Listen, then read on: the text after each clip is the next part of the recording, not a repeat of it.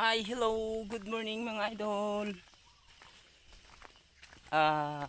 Pumapasyal po tayo ngayon sa ating mga taniman ng gulay mga kaidol. Hello, good morning sa mga aking tagsa-tagsa ka mga followers dyan, mga manonood nyo dyan. How are you? Tingnan nyo po ang aming vegetable ngayon nga sitaw.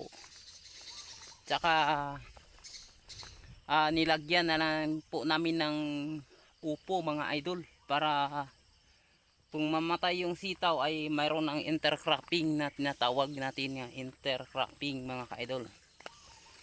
So makita nyo po nga may bunga talaga yung sitaw namin. Yun mga idol.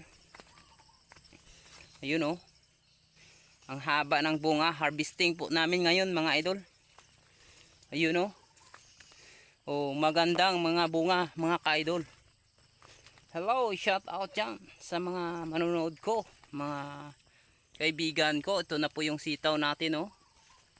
Yun mga idol oh. Ang haba-haba. So magandang presyo ngayon mga ka-idol. Alam nyo ba?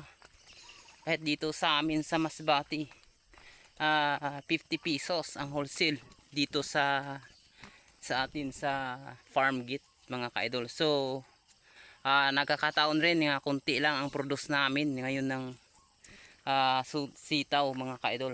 You know, harvesting na po tayo. Magha-harvest na po tayo mga idol sa ating pinagsikapan na nga gulay like this sitaw.